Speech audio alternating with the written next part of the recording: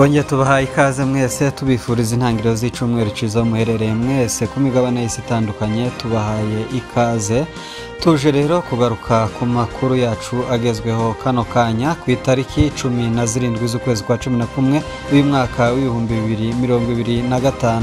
Aya makuru yose mwayateguriwe kandi mugiye kuyagezwaho nanjye Gikundiro Freddy.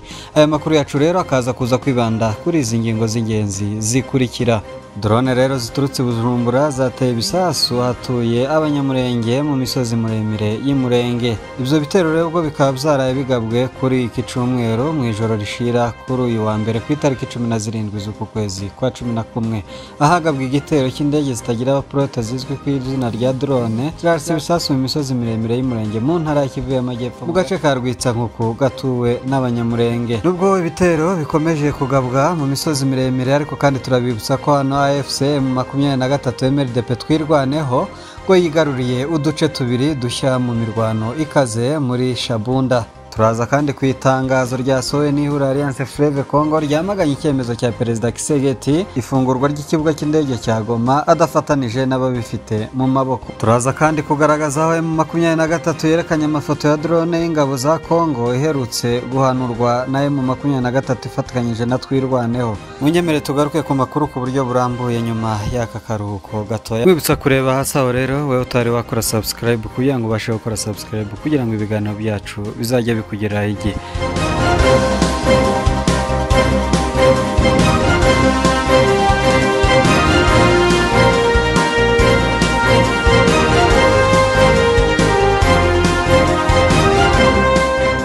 Reka twongere tubahereze kaze mwese aho muherereye bakunzi ba radio na televiziyo Vision of Murenge. Tukaba tubifurije intangiriro z'icumweru ciza aho muherereye mwese rero tukaba tuje kugaruka ku makuru yacu rero ku buryo burambuye agezweho muri kano kanya. Reka makuru yacu rero tuyahere mu misozi miremire aho drone zikomeje kugaba ibitero ku banyamurenge. Ni muri iri joro ryakeye rero rishyira kuri uyu wa mbere ku itariki ya 17 z'uku kwezi kwa 11 mwaka wa 2025 hagabwa igitero c'indege zitagira abapilote arizo bita drone aho zarashe ibisasu mu misozi y'Imurenge mu ntara ya Kivu y'Amajyepfo mu gace ka Rwitsankuku gatuwe n'abanyamurenge. Amakuru yemejwe atugeraho atubwira ko ibisasu byatewe n'indege za drone zaturutse mu Burundi mbere yuko zirasa mu gace kari mu maboko y'umutwe wa twirwaneho. Uyu mutwe umaze iminsi irenga 7 ubohoje Rwitsankuku nyuma y'imirwano ikomeye wagiranye n'ingabo za FARDC zifatikanyije n'ingabo z'u Burundi. Umwe mu baturage batuye hafi y'ibisasu byaguye yadutangarije ko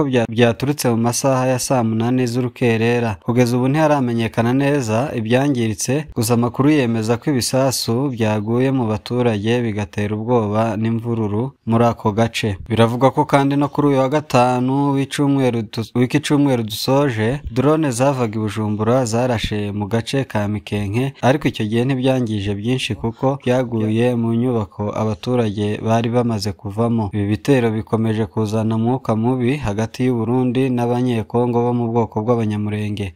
Ni mu gihe imirwano hagati y'ingabo za leta ya Kongo ku bufatanye n'iz'u Burundi n'umutwe wa twirwaneho bikomeje gukara mu misozi miremire. Ayo makuru rero arebanye n'ibyo bitero ingabo z'Abarundi zifatikanyije na FARDC bakoresha amadrone gukomeza gutera imihana y'abanyamurenge. Turakomeza tubibakurikirane 5 kuri 5. Impinduka zose turaza kuzibagezaho nta handi rero ni hano kuri Vision of Murenge. Mu nyeme y'amakuru yacu kandi tuyakomereza umutwe wa M23 wamaganye icyemezo cya Perezida Kisegeti cyo gutangaza ifungurwa ry'ikibuga cy'indege cya Goma adafatanyije n'ababifite mu maboko. Ihuriro Alliance Fleuve Congo M23 ryatangaje ko ryamaganye bikomeye icyemezo cya Perezida Antoine Felix Tshisekedi wa Repubulika Iharanira Demokarasi ya Congo cyo gutangaza ko ikibuga cy'indege mpuzamahanga cya Goma kizafungurwa nyamara kiri mu maboko y'iri huriro Alliance Fleuve Congo M23 kuva mu ntangiriro z'uyu mwaka. Uyu mutwe uvuga ko Kinshasa nta burenganzira namba ifite bwo gufata icyemezo mu duce uyu mutwe ugenzura. Mu itangazo yarayisohoye kuri iki cyumweru tariki ya 16 kwezi kwa 11 mwaka wa 2025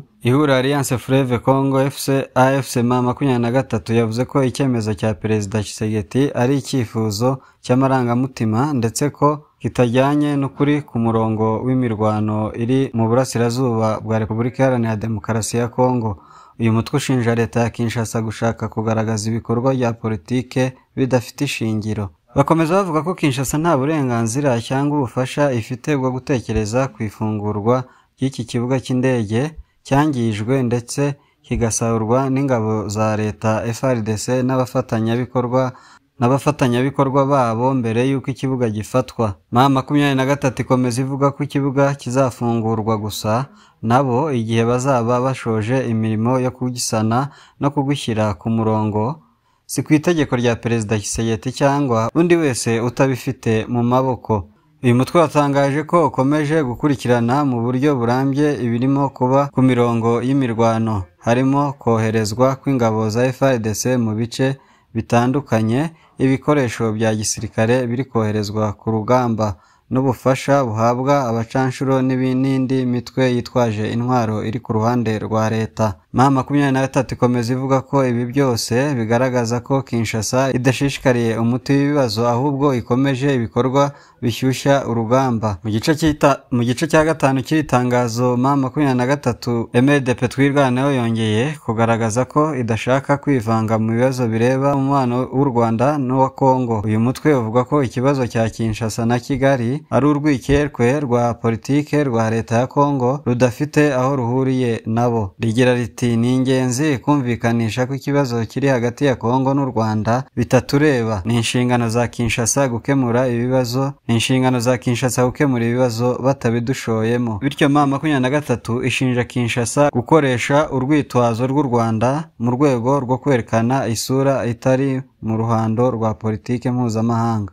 Iri tangazo ryasinywe i Goma na Lawrence Kanyuka, umuyobozi ushinzwe itangazamakuru muri AFCM 23, ryakomeje gushimangira ko uyu mutwe ari wo ufite ijambo mu bice urimo ndetse politiki y'imitwe yitwaje intwaro cyangwa imbaraga za leta y'Ubufaransa na leta ya Repubulika Iharanira Demokarasi ya Kongo zidashobora guhindura ukuri uko ariko kose. Mu nyamara amakuru yacu tuyakomereze n'ubwo ingabo z'u Burundi zifatanyije n'iza Repubulika Iharanira Demokarasi ya Kongo zikomeje kugaba ibitero bya drone ku baturage b'abanyamurenge, ariko n'ubundi MLDP Twirwaneho ifatikanyije na M23 bakomeje kwigarurira utundi duce nk'uko hano amakuru atugeraho. Amakuru yacu yizeye nk'uko atugeraho mu burasirazuba bwa Repubulika Iharanira Demokarasi ya Kongo imirwano ikomeje gukara. Ni nyuma y'aho uduce tubitwa Mayimingi ya mbere n'iya kabiri duherereye muri teritware ya Shabunda intara ya Kivu y'Amajyepfo twafashwe n'ihuriro Alliance Fleuve Congo MLDP Twirwaneho. Ni mu gitondo rero c'ejo n'iyinga nibwo bafashe utwo duce dutandukanye ko muri ibyo bice bya Kivu ya ruguru. Abaturage batuye muri utwo duce rero batwemereje ko abagize AFCM 23 MLDP Twirwaneho binjiye muri utu duce bakoresheje imbaraga za gisirikare,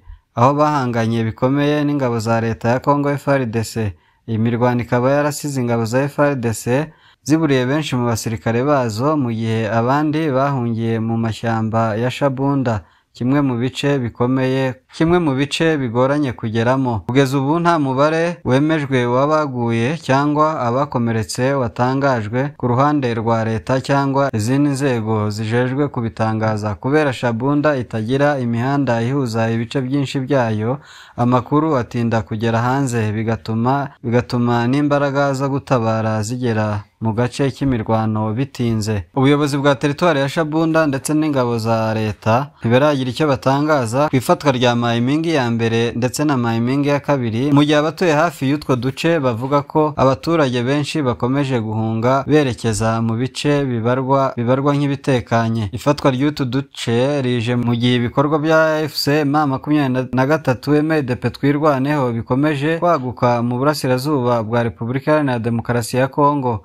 Imbaraga za FARDC ndetse n'izindi mitwe ibarizwa mu cyiswe Wazalendo n'iza FDLR isanzwe ifasha leta muri Kivu no mu majyaruguru zigenda zirushaho kurangira. Ibi rero byongera kugaragaza impungenge z'ihungabana ry'umutekano mu karere, mu gihe imirwano ikomeje gufata indi ntera mu duce twinshi twa Kivu y'Amajyepfo n'Amajyaruguru, ndetse hakibazwa uburyo leta ya Kongo izahangana n'ibi bibazo byugarije igihugu ku rwego mpuzamahanga. Nshuti zacu rero munyemere n'ubundi amakuru yacu tuyasoreze aho umutwaye mu 23 agaragaje amafoto ya drone y'ingabo za Kongo uherutse guhanura. Rero nk'uko ku mbuga nkoranyambaga hasakajwe amafoto ya drone yo mu bwoko bwa CH4 y'ingabo za leta ya Kongo iherutse guhanurwa n'inyeshyamba za FC M23. Tariki ya 11 rero Ugushyingo uyu mwaka nibwo ku mbuga nkoranyambaga byatangiye kuvugwa ko inyeshyamba za M23 zahanuye indege itagira abapilote y'ingabo za Kongo. Aya makuru yanavuzwe bamwe b'abanyamakuru bakurikira ibibera mu burasirazuba bwa Kongo yavuze ko badutangarije ko iyo ndege yahanuriwe i Masisi. Twakomeje gukurikirana ukuri kubivugwa. Umuvugizi w'igisirikare cya FC 23 Lieutenant Colonel Wingoma atubwira ko bitabayeho. Gusa undi muntu twizeye yatubwiye ko iyo drone yahanuye muri Kivu y'Amajyepfo ku itariki ya 10 Ugushyingo. Yagize ati ahagana saa 7 n'igice bahanuye drone muri Kivu y'Amajyepfo mu gace ka Nzibira. Ibi rero bikaba bihura n'amakuru The Colony ko yatangaje kuri iki cyumweru kivuga ko iriya drone yo mu bwoko bwa CH4 yahanuwe muri teritware ya Walungu muri Kivu y'Amajyepfo. Mu itangazo uyu muvugizi wa Alliance Fleuve Congo Lawrence Kanyuka yagize ati ku rubuga rwa X yahoze ari Twitter ku wa kabiri w'iki cyumweru ahagana saa 10 yaciye amarenga ko hari icyakozwe ku bitero by'indege bikorwa n'ingabo za Kongo. Yagize ati ingabo zikorana n'ubutegetsi bwa Kinshasa zikomeje ibitero byazo mu bice bituwe cyane muri teritwari ya Masisi. Barakoresha drone ya FC23 ubu iri kurinda abaturage b'abasivile baraswa n'ingabo za Kinshasa. AFC23 MDP twirwaneho yavuze ko ingabo za Kongo zagabye ibitero mu ijoro rya tariki ya 10 z'ukwezi kwa 11 mu mwaka wa 2025 mu gace ka Ruki muri teritwari ya Masisi, aho yashinjaga ko Kongo kurenga ku masezerano yo guhagarika intambara yasinywe i Doha. Kugeza ubu ntacyo igisirikare cya Kongo kiratangaza ku bijyanye n'iyi drone yahanuwe. Drone zo mu bwoko bwa CH4 zikoreshwa n'ingabo za Kongo muri iyi ntambara. Amakuru agaragaza ko imwe ishobora kugura $2,000,000 n'ibihumbi 400 z'amadolari ya Amerika. Izihendutse rero zikaba zigera ku $46,000 by'amadolari ariko zikakoreshwa n'abasivile. Munyemere rero bakunzi mwari mukomeje gukurikirana amakuru kuri radio na televiziyo hano kuri Vision of Umurenge. Tubashimira niyo makuru yaragezweho kano kanya. Andi makuru yose ukwaza atugeraho turaza tuyabagezaho 5 kuri 5. Reka tubashimire mwese rero aho muherereye mukomeze mugire umunsi mwiza. Tukwibutsa ko utari wakora subscribe wareba hasi ugakora subscribe kugira ngo amakuru yacu azajya abasha kugeraho igihe. Tubifurije amahoro y'Imana abane namwe.